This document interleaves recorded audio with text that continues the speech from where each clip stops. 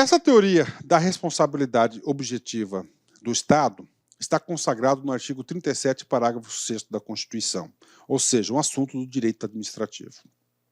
As pessoas jurídicas de direito público e as de direito privado, prestadoras de serviços públicos, respondem pelos danos que seus agentes nessa qualidade causarem a terceiros, assegurado o direito de regresso contra o responsável nos casos de dolo ou culpa, né? Ou seja, no caso que eu passei para vocês, tá? Então, o seguinte, o que aconteceu ali, tá? A pessoa responsável para programar o time do sinaleiro, ele errou e colocou os dois abertos ao mesmo tempo. Tá? Ele errou. Tá? Ou seja, o que está falando aqui? Responderão pelos danos que seus agentes. Ou seja, o agente, naquele erro, ele provocou o dano que os dois carros colidiram. Está ali. Nessa qualidade, então ele vai ter o quê? Ele vai ter que pagar, ele vai ter que indenizar, causarem a terceiros. Ele vai ter que pagar essas pessoas por esse não conserto dos carros, né? Só que diz, assegurando o direito de regresso contra o responsável nos casos de dolo ou culpa, né? Então é o seguinte, o agente que causou aquilo, o Estado pode fazer uma ação de regresso para solicitar a indenização dos valores que ele teve que indenizar aos caras que bateram o carro. Então isso significa, né? E aí, professor? Cara, eu não quero explicar toda a teoria aqui da responsabilidade. Aqui é um estudo pragmático, aqui é um estudo direto, aqui é um estudo competitivo. O que você deve saber? Você deve saber o seguinte, sobre a teoria da responsabilidade do Estado, nós temos três correntes, três frentes, né? Primeiro, nós temos aqui a teoria da irresponsabilidade total do Estado. Então o cara vai colocar lá na sua prova uma situação tal, né, que o Estado não vai arcar com nenhum prejuízo causado. Está errado.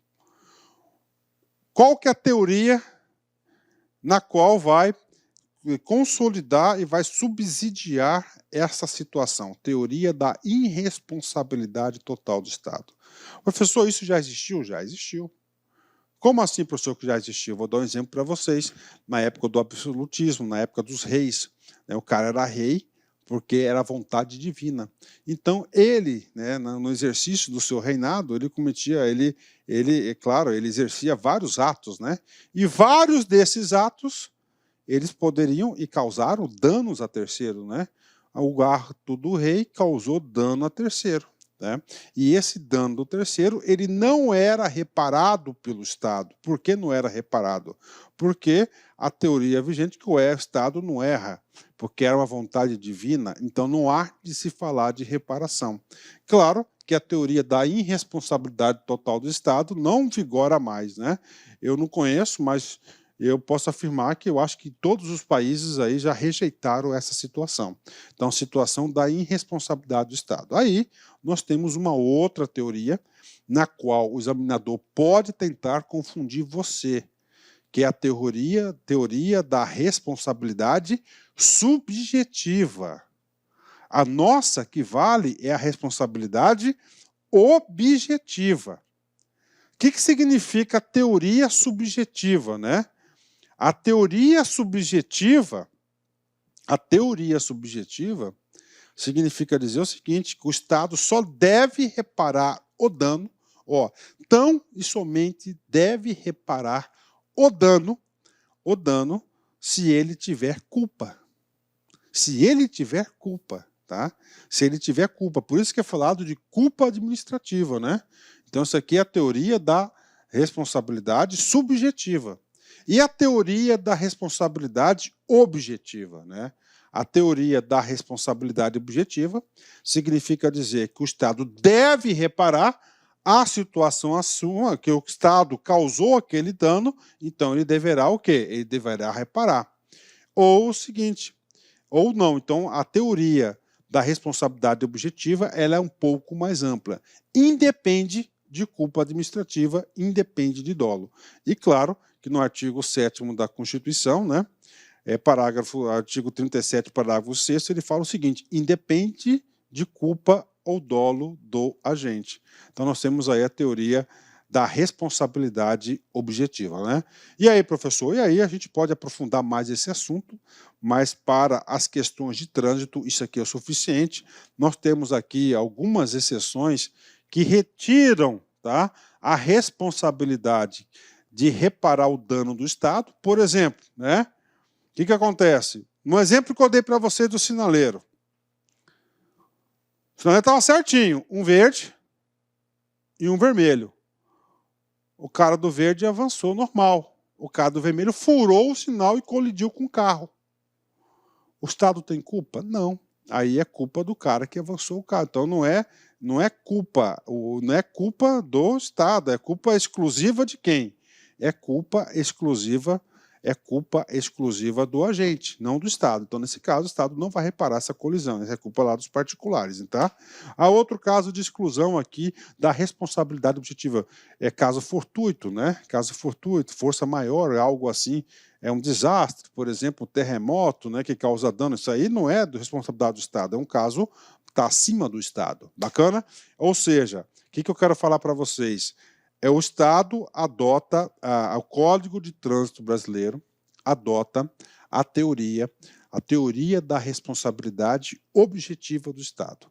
Pode ter certeza, mas certeza absoluta que o examinador não vai aprofundar muito esse assunto. Né? A minha aula de Direito Administrativo, que eu explico esse cara aqui, é de no mínimo 2 horas aí que eu tenho para explicar todos os detalhes de culpa, de dolo e assim por diante. Mas nosso estudo pragmático, para você pontuar, eu já expliquei aí o suficiente que você pode acertar as questões de concurso. Vamos ver? Vamos fazer alguns exercícios agora para você ver se você ficou bom?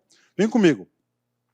Detran São Paulo 2013, cargo VUNESP, o cargo de oficial.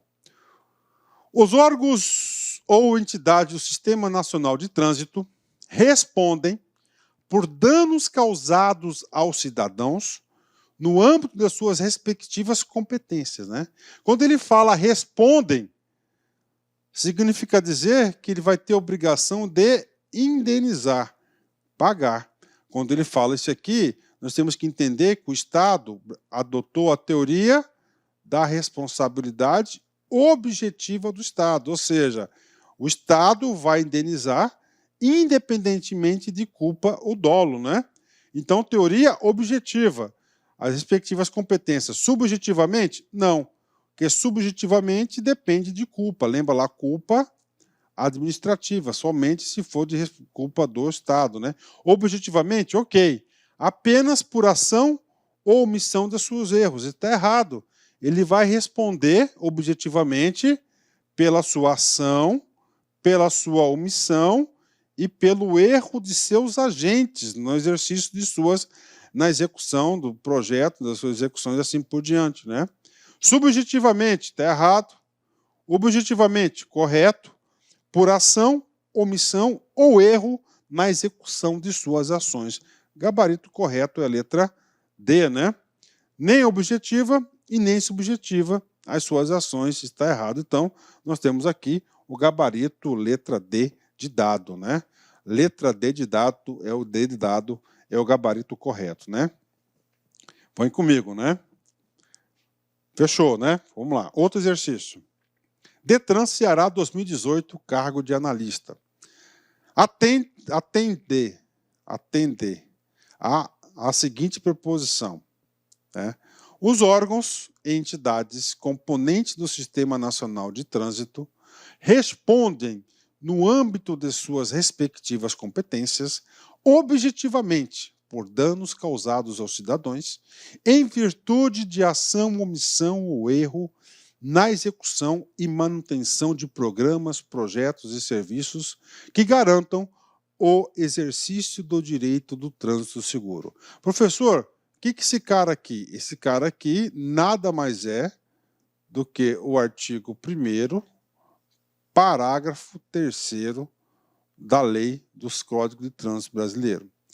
Esse parágrafo 3º, salvo engano, ele trata do quê? Da teoria da responsabilidade objetiva, ou seja, naquilo que o Estado é obrigado a reparar o dano.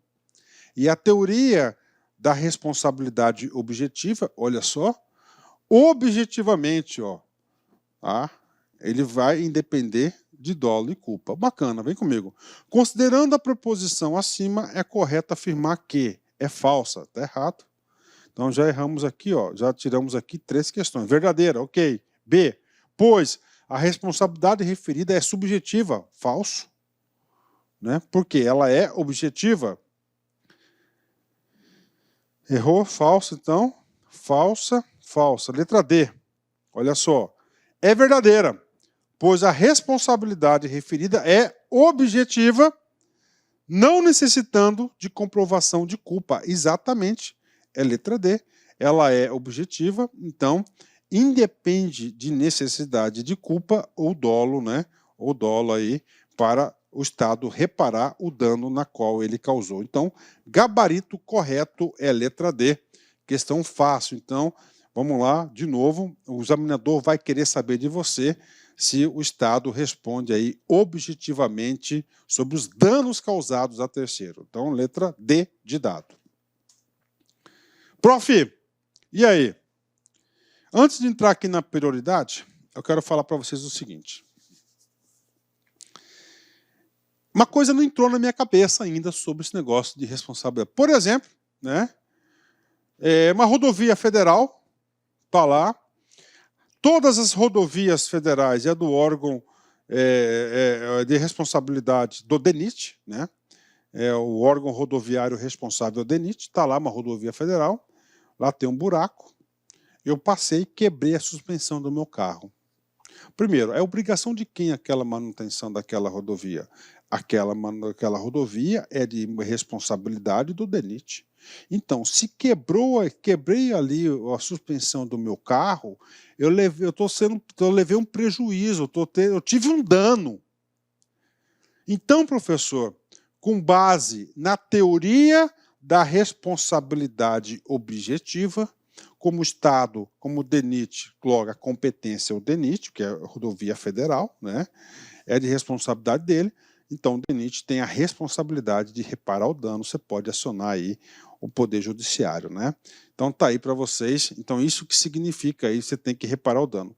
Professor, o que tem acontecido, né? Com certeza, né? Milhares e milhares de ações aí em todas as esferas aí, já em todos os entes federativos, né? E aí o judiciário tem se posicionado em relação a esses casos, né? Muitos ganham e muitos não ganham, porque uma das desculpas aí do judiciário não indenizar o dano, porque não tem recurso orçamentário e não estava previsto, não tinha recursos orçamentários para fazer a pavimentação, tapar aquele buraco, então tem acontecido isso, infelizmente, mas o pé da lei, interpretação aqui do direito, na interpretação do direito, é o cara que teve qualquer dano aí de buraco, qualquer coisa, o Estado tem a obrigação de reparar. Aí, a questão judicial, os argumentos e contra-argumentos, é a questão da justiça. Bacana? Então vem comigo aqui, parágrafo 5º. Os órgãos e entidades de trânsito pertencentes ao Sistema Nacional de Trânsito darão prioridade em suas ações à defesa da vida, nela incluída a preservação da saúde e no meio ambiente, né? Então, olha aí, então todos os órgãos e entidades que a gente vai estudar no capítulo 2º, do Sistema Nacional de Trânsito, darão prioridade. Ações. Primeiro, ó, defesa da vida. Então, vamos colocar aqui, vamos interpretar esse cara aqui. Esse cara aqui é defesa da vida, ok? Nela incluídas a preservação da saúde. Vamos colocar aqui esse cara, ó, saúde e meio ambiente. O que ele fez aqui? Nela incluída, trouxe para dentro da preservação da vida também o meio ambiente e a saúde. Então, aí, nela, ó, a palavrinha aqui em vermelho, incluída a preservação da saúde e do meio ambiente. Então, todos os órgãos de trânsito terão como prioridade de todas as suas ações, primeiro, a defesa na vida. incluída a preservação da saúde e do meio ambiente, né? Vamos lá, exercício, parágrafo 5º no bolso, né? Vem comigo aqui. Detran, Rio de Janeiro, 2015, Makiyama, analista, cargo de analista. De acordo com o Código de Trânsito Brasileiro, os órgãos e entidades de trânsito pertencentes ao Sistema Nacional de Trânsito darão prioridade às suas ações. Quando a gente fala darão prioridade às suas ações, qual que vai ser a fundamentação teórica da questão? Então, o examinador utilizou para elaborar essa questão o artigo 1º, o parágrafo 4º, né? 4º ou 5º, só um minutinho aqui, o parágrafo 5º, tá? O parágrafo 5º do Código de Trânsito Brasileiro. Lá ele fala que terá prioridade quem? A defesa da vida, incluindo a saúde e o meio ambiente. Letra A, informatização dos meios de monitoramento de trânsito, falsa. Letra B, fiscalização e controle das normas de controle de conduta de trânsito, falsa. Ó, prioridade, né? Orientação de conduta e correção punitiva quando necessário, falso. D, engenharia de trânsito no favorecimento do deslocamento, falso. E, finalmente, defesa da vida, preservação da saúde e do meio ambiente, verdadeiro. É o que diz aí o artigo 1º, parágrafo 5º do Código de Trânsito Brasileiro. Questão muito fácil, questão tranquilo, que aluno aqui da lá concurso acerta todas as questões. Então, gabarito correto, letra E. Letra E. Vem comigo. Terminamos aqui o artigo 1º. Agora a gente vai tratar o artigo 2º. O que diz o artigo 2º? Qual que é o trabalho do artigo 2º? O artigo 2º vem trazer o conceito de vias terrestres, né? Nós vimos lá no conceito da territorialidade do artigo 1º que diz o seguinte, olha só, voltando um pouquinho, ó, conceito, vias terrestres. O examinador, aliás, o legislador deixou bem claro que não é vias aéreas e nem marítimas. Então, o trânsito, o Código de Trânsito Brasileiro vai ser aplicado nas vias terrestres. Ok. Professor, mas o que é via terrestre? É rua? É? Logradouros, avenidas?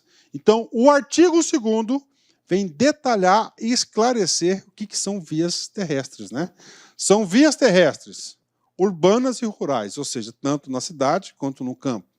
As ruas, as avenidas, os logradouros, os caminhos, as passagens, as estradas e as rodovias, que terão seu uso regulamentado pelo órgão ou entidade de circunscrição sobre elas, de acordo com as peculiaridades locais e as circunstâncias especiais, né? Ou seja, trouxe o conceito de vias terrestres, né? Professor, tem um macete? Tem. Aqui tem um spot radical, né, que a gente pode falar para vocês. Aqui um spot radical, olha essa foto aqui, belíssima, né? Toda vez que o professor usa uma foto como essa, faz um comentário como esse, ajuda na fixação do conteúdo. Pergunto para vocês, ó, tiro rápido aí, vamos lá, pergunta rápida, bate e volta, hein?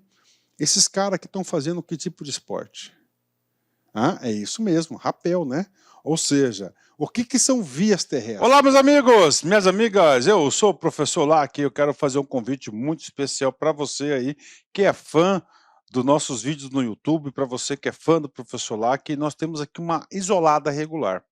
Professor, o que é uma isolada regular? É um assunto muito importante, nesse caso aqui é o assunto do Código de Trânsito Brasileiro, o CTB, a Lei 9.503 de 97. Então, olha só, aqui na Lá Concursos, né, eu, professor Lac, eu tenho um curso, preste atenção, que eu gravo do primeiro artigo ao último artigo da lei. Artigo por artigo, cara, eu explico tudo sobre o Código de Trânsito. Ah, professor, é atualizado? Sim, é super atualizado. Tá? Super atualizado.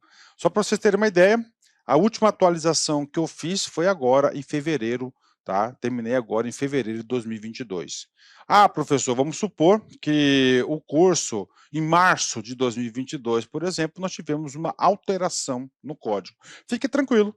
Por que fique tranquilo? Porque essa parte que foi alterada eu vou regravar, vou regravar ou vou fazer uma atualização para que você tenha o melhor conteúdo possível, pode ter certeza disso. Professor, quanto custa? Cara, você não vai nem acreditar, R$1 por dia, cara, R$80, cara. Então, R$80 você vai ter direito a 80 dias, né? Artigo por artigo, 100% atualizado. Esse aqui é um curso focado para concurso público. Eu tenho certeza absoluta, que se você assistir todas as videoaulas, fizer todas as anotações, você não erra nenhuma questão de trânsito para qualquer prova de qualquer banca no Brasil todo. É artigo por artigo.